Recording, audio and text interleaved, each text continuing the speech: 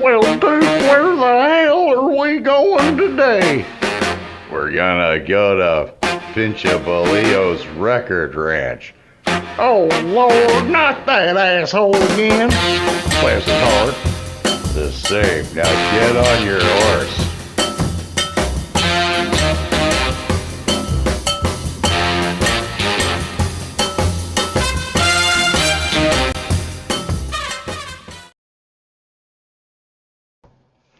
Well, it's summertime, so I reckon everybody looking for a vacation spot. Best place you can go to this year is the Nervous Hospital. We got plenty of French fried taters and potted meat. Plenty for everybody. We even got them there vinyl records up there. Yes, sir. I tried to keep getting them to make some biscuits, but they won't do that. Yes, sir. Well, I think this commercial's gone on long enough. I think that justifies the spending money they done give me.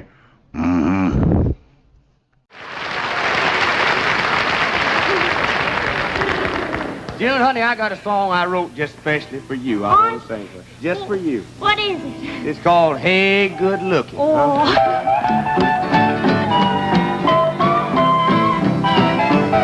Say, hey, good looking, what you got cooking? How's about cooking something up with me? Say, hey, sweet baby, don't you think maybe we could find us a brand new recipe?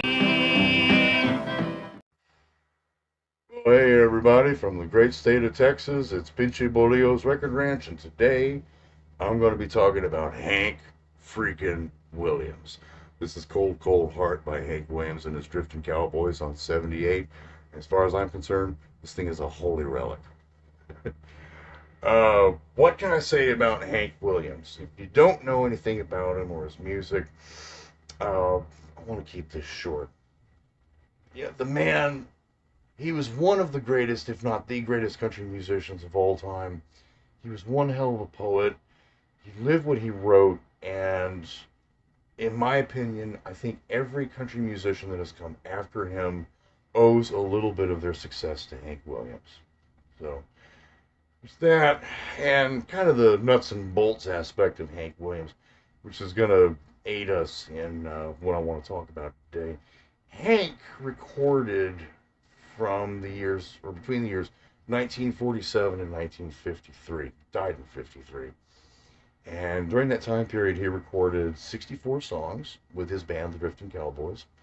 And I want to say he did about a dozen or so songs under the pseudonym of Luke the Drifter. And usually when he did Luke the Drifter, that meant it was going to be really dark and depressing and sad. And yeah, if you listen to those, if those songs do not rip your heart out, then you're not a human being, and I don't want to know you. Quite honestly. You know the song Teddy Bear by Red Sovine? That's baby shit compared to some of this Luke the Drifter stuff. Yeah, he also did do a few songs with his first wife, Audrey. Not too many, but they were gospel, spiritual type songs. I'm not going to be talking about those because, like I just got through saying a few seconds ago, there's not too many of them. And I don't like Audrey. Everything I've read, seen, and heard about Audrey Williams has led me to believe that she wasn't the nicest person on the planet. And furthermore, I don't like her singing. Hank sounds okay, but then Audrey starts singing along with her, and she's got that nicely twangy high going on with her. Ugh, I can't stand it. But considering the time period that Hank recorded, from 47 to 53, all of his stuff came out on 78s. As you get into the very early 50s, you start seeing some 45s. But right about 1952, you begin to see the first few LPs of Hank Williams, 10-inch LPs. And every LP, with very few exceptions, I'll get into those exceptions much, much later in the video, but for the most part, all Hank Williams LPs consist of previously released material. all the stuff that had already come out on 78s. And in the early 50s, what MGM would do is they would grab random tracks, random songs he recorded, slap them together on an album, put a title, slap some artwork on the cover, and that was it. That's your Hank Williams album. They did, I don't know, maybe six albums like that, somewhere right around there. But then as you get into the mid 50s, definitely into the 60s and 70s, you start seeing tons and tons of Hank Williams' greatest hits albums and best of collections, which leads me to a very interesting question. What's the difference between a best of collection and a greatest hits collection? I don't know. But anyway, regarding Hank Williams' music, the vast majority of these greatest hits collections are 1 LP. They're usually, I don't know, 8 tracks, 10 tracks, 12 tracks, something like that. And they all consist of the same damn generic hit songs over and over and over and over again. It's Jambalaya, Cold Cold Heart, Lovesick Blues, I'm So Lonesome I Could Cry. It's the same obvious list of hit songs, but with a different title and a different cover, and it's just, ugh. If you know Hank Williams music, you know right off the bat that 1 LP, a greatest hits collection that's just 1 LP, is not going to do the man's music any justice. And you also cannot just have a single LP greatest hits collection. Hank Williams music is like opening up a bag of chips, all right? You can't have just one. You know, I mean, you got to go like full gremlin mode on that thing. You pop that can, you know, eat all it. Nobody's looking, eat the whole damn can, eat the can itself, you know, just, you got to have it all, right? So, what I want to talk about today is, or are, I'm forgetting my grammar here because I just woke up and I'm still tired. What I would like to talk about are Hank Williams' greatest hits albums that are 2 LPs or more. And what I'm going to do is go from low to high. Albums that are, yeah, they're pretty good, but then as we get further and further into the video, yeah, these are the ones that you really want to look for. If you're really serious about having Hank Williams in your music library, your record library, then yeah, here's some that you can easily find, and then here's the holy grails, the holy shit box sets. Okay, so with that, let's go in and get started. Well, hey, it looks like we had ourselves a little glitch in the matrix there. I ran out of storage space on my phone, so we're gonna do a second take on this. Oh boy, good grief. So we were talking about Hank Williams' greatest hits. We're gonna start off with kind of the, not the bottom of the barrel, but just the records that are more commonplace, easily accessible, and don't cost that much. So to start off with, I'm going to show you 24 of Hank Williams' greatest hits. This came out in 1970. This was my first Hank Williams album when I was 14 years old, and this got me wanting a hell of a lot more of what he did. 24 tracks, that gives you about a third of what he recorded. And for those of you curious, there's the inside of the gatefold. Little vinyl porn for you there. And there is the MGM Yin and Yang label that we've had since the late 60s. And they used that all the way up into the 70s until Polydor started putting stuff out. I think the soundtrack albums still had that Yin and Yang thing till about 82 or so. Because my copy of Poltergeist, the Poltergeist soundtrack, had the blue and yellow Yin Yang thing. So, but anyway, that's a good starter collection right there. It's not everything, but it's okay. It's good to start off with. Now, the next ones I want to show you, I told you about single LP greatest hits collections and how bad they suck, because it's basically just the same songs over and over again on different albums with different covers. Well, I'm going to bend the rules slightly with what I'm about to show you because it spawned 3 volumes. So here's the first one. This is from 1961, Hank Williams' greatest hits. And let's see, this is stereo. I'm going to talk about that here in just a second. That was 1961. 1962, you've got 14 more of Hank Williams' greatest hits. And in 1963, you have 14 more of Hank Williams, Volume 3. So 3 LPs released individually. This gives you 42 tracks. So we're talking 2/3. of Hank's music. And granted, there's going to be songs that are on these 3 albums that are not on this one. There's going to be songs on this album that are not going to be on here, and you're going to have some duplicates. But these 3 plus this combined will give you a pretty good, solid chunk of Hank Williams. Again, it's not everything, but they don't cost that much, and you can find these pretty easily in record bins at local record stores and pick them up on Discogs for pretty cheap. So, I mentioned, before I forget, because I just woke up here a while ago, this one says stereo. Now, if you remember what I said earlier in the video, Hank recorded from 1947 to 1953, so therefore this was before stereo, before hi-fi. What's up with the stereo? Is this electronically reprocessed to simulate stereo? You know, fake stereo stuff? Well, no, actually it's not. You will have that with this album, but not with the stereo. So what's going on with this thing right here? Well, somebody in the early 60s, I don't know if it was somebody affiliated with the Hank Williams estate or somebody at MGM, but whoever it was, they decided to get musicians into a sound studio and record extra instrumentation that they would afterwards they would overdub onto the old mono recordings to make them stereo. And with this album, it's actually pretty damn good. I know some of you out there are probably cringing, you know, going, I don't know about that. Believe me, this is actually very, very tastefully done.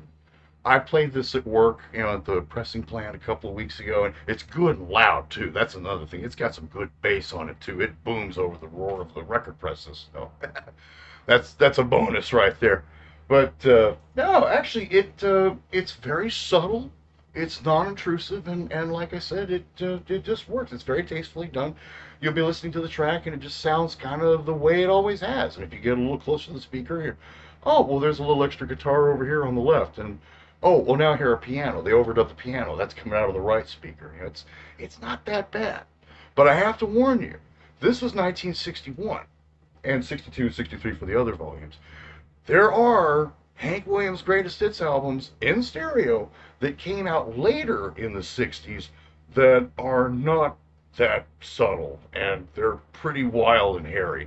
As a matter of fact, there's a 2-volume greatest hits collection of Hank's in stereo that has, what is it? It's Hank Williams with strings and a choir. And it's horrible. I don't even want to think about it right now. It's that bad. So, but you know what? If you find these, you're going to find these usually pretty cheap in record bins. And if you find the mono, get the mono. If you also find the stereo, either at that point or maybe down the road, they don't cost that much. Pick them up. You got 3 in mono, 3 in stereo. You can sit and decide which one you like best. And yeah, why not? It's fun. It's more Hank. It's more Hank. That's all I'm saying. So now we've gotten into those. This is what I currently have. Now we're gonna get hardcore. We're gonna go into the boxed sets. And unfortunately, what I'm going to tell you about, the records and box sets I'm going to tell you about, I don't own these. There was one that I had a long time ago, and I don't have it anymore. I'd like to find it one day, but if I do, I do. I don't. So, 1966, MGM released a boxed set called the Hank Williams Story. And it's a blue box, all mono recordings, no stereo overdubs. And it's 4 LPs containing 48 tracks of all the Driftin' Cowboys stuff. If I'm not mistaken, according to Discogs, in 1968, the Hank Williams Story box set was re-released, this time in stereo, with overdubs. I don't know if those are the tasteful, subtle overdubs like you find on this one, or if those are newer ones that are wild and outlandish and obnoxious. I just don't know. I can't answer that question. If I find it really cheap down the road, I'll pick it up and maybe let you guys know about it. You know, does it suck? Does it, you know, what do we got with this? But anyway, that's I had that one a long time ago. I actually found it for $1 at Goodwill years and years ago. I went, oh my God! You know, and I wish I still had it, but that's a good little collection. But the Holy Grail, the Holy Shit Box, is one that came out in 1957. It's called 36 of Hank Williams' Greatest Hits. 36 tracks on 3 LPs. And you're going, wait a minute, he did 64 songs with the Drifting Cowboys. What's this 36 track stuff? You've been showing more earlier. Hold on. That was just volume 1. 1958, 1 year later, MGM puts out the second box set called 36 More of Hank Williams' Greatest Hits. Also a 3 LP collection. So, with those 2 box sets, if you find those at a decent price, in good shape, that's going to give you 6 LPs spread out over 2 boxes, all mono, no stereo overdubs, just pure mono, and you have a whopping total of 72 tracks. Now wait a minute, he did 64, what's the extra tracks? Luke the Drifter. You're getting Luke the Drifter with all the Drifting Cowboys stuff. Now, if there's any extra of those, Audrey Williams, I don't know. I mean, I really haven't delved that deep into the track listing yet.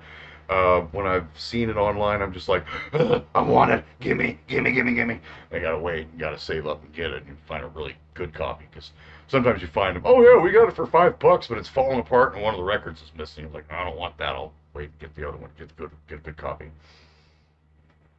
But anyway, that's pretty much it. That's the 36 volume 1 and 36 volume 2, or 36 more.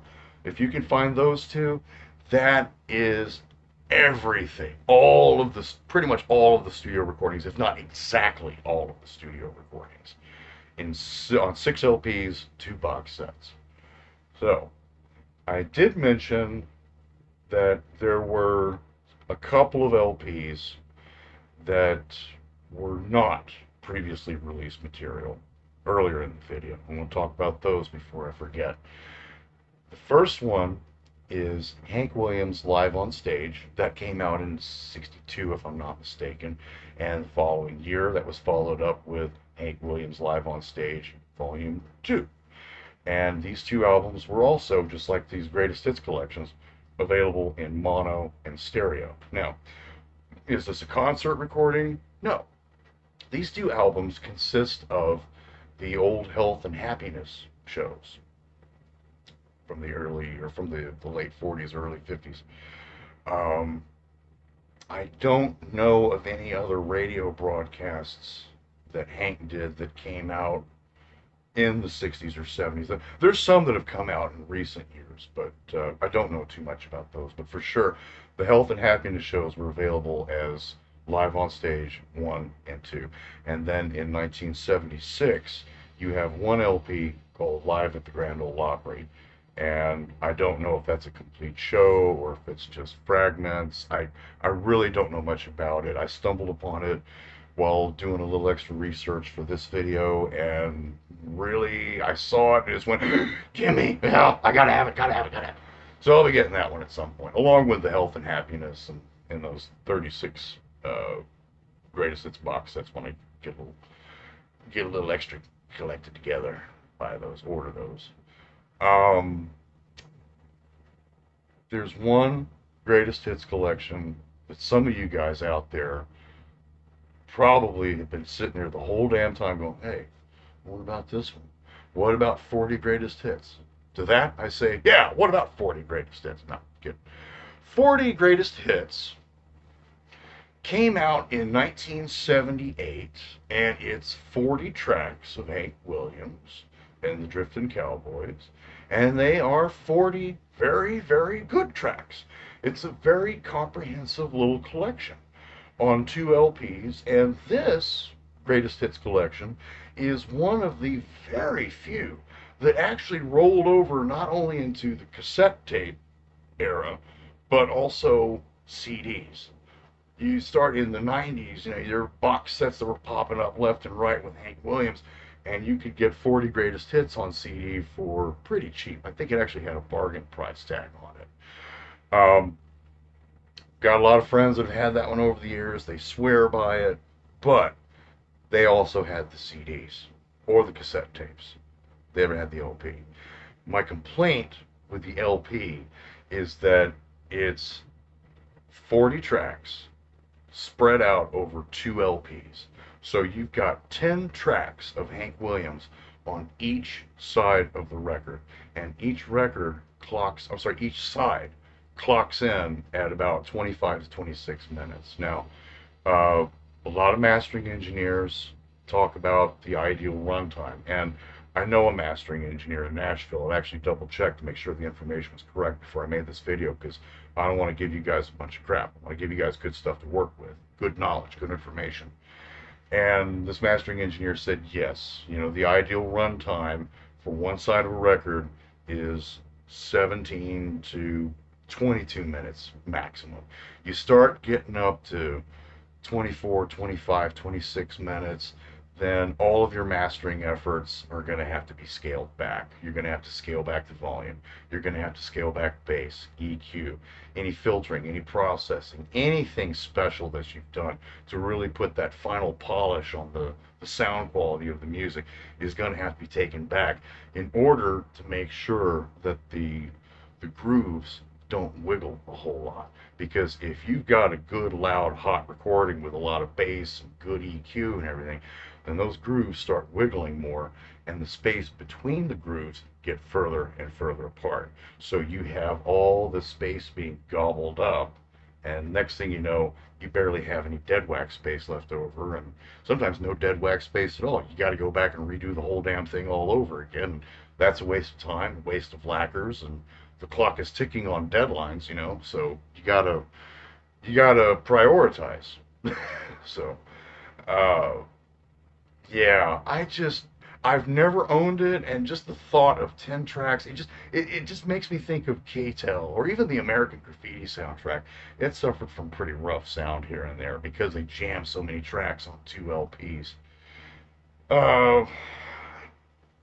I would like to recommend it because of the songs on there, but I'm just a little apprehensive because of the sound quality. There's probably a lot of compression on those tracks in order to make sure that the grooves don't wiggle so much, so they can pack them in and get that 25, 26, get those 10 tracks on each side of the record. And guys, I just don't know about it. I tell you what, if I ever find a copy really cheap and it actually sounds okay, I'll let you guys know about it. But for right now, I'm putting a thumbs down on that. That sucks. It gets the middle finger as far as I'm concerned, especially in the face of all the other ones I recommended. You know, the stuff that I'm showing here, these greatest hits collections, you know, they've got 6, 7, 8 tracks per side, so they're going to be cut a lot hotter because they're not putting so many tracks on each side of the record. So they're going to sound better, and also they were made closer to the time period that they were originally recorded.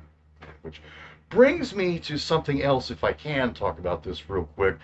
This guy, 24 of Hank Williams' greatest hits, got reissued in the mid-90s on the Mercury label, originally on CD as 20 of Hank Williams' greatest hits. Why they took 4 tracks off, I don't know. And they all sound pretty good. They've all gone through some digital restoration. You know me, I don't have a problem with the digital stuff. Some guys do, I don't. The CD sounded great until you got to Lovesick Blues, and that sounded like a really bad, worn-out 78 being played inside a tin can. It was just horrible. It's like, what happened? I was a teenager and I freaked out. I thought I'd done something to my boombox. But in recent years, I don't think it's Mercury. I think it's Lost Highway. They've taken that revamped version from the 90s and they've reissued it on vinyl. I've seen it at Walmart a couple times, and initially I thought, okay, well, yeah, it's $20, and this is 2 LPs, so I just presumed that the new edition would be 2 LPs. Guess what? It's 1 LP. They've got, again, just like the 40 greatest hits, they've got 10 tracks on each side of the record, and again, I just don't know about that, especially, $20 and something that might sound, if I can spend $6 on this and come up with some really good, or get some really good beefy sound out of it, I'm happier than getting a brand new copy. So, oh, guys, once again, I'm beat, I'm tired, and I feel like I'm rambling here, so I'm going to cut this thing short. Hopefully that wasn't too much information. This is a much longer video than what I've done in the past. I hope I didn't bog you down too much, and I hope you walked away with a little more knowledge than you had initially. And anything I've mentioned here, if I find anything new, hey, I was wrong on something, I'll let you know. And if you've got any information, hey, actually this one sounds better than this, or there's also this, that, whatever it is, send me a comment down below. With that, I think I'm gonna go get me another cup of coffee, and well, that's enough rambling. All right, everybody, have a good weekend, and peace. See you later, man.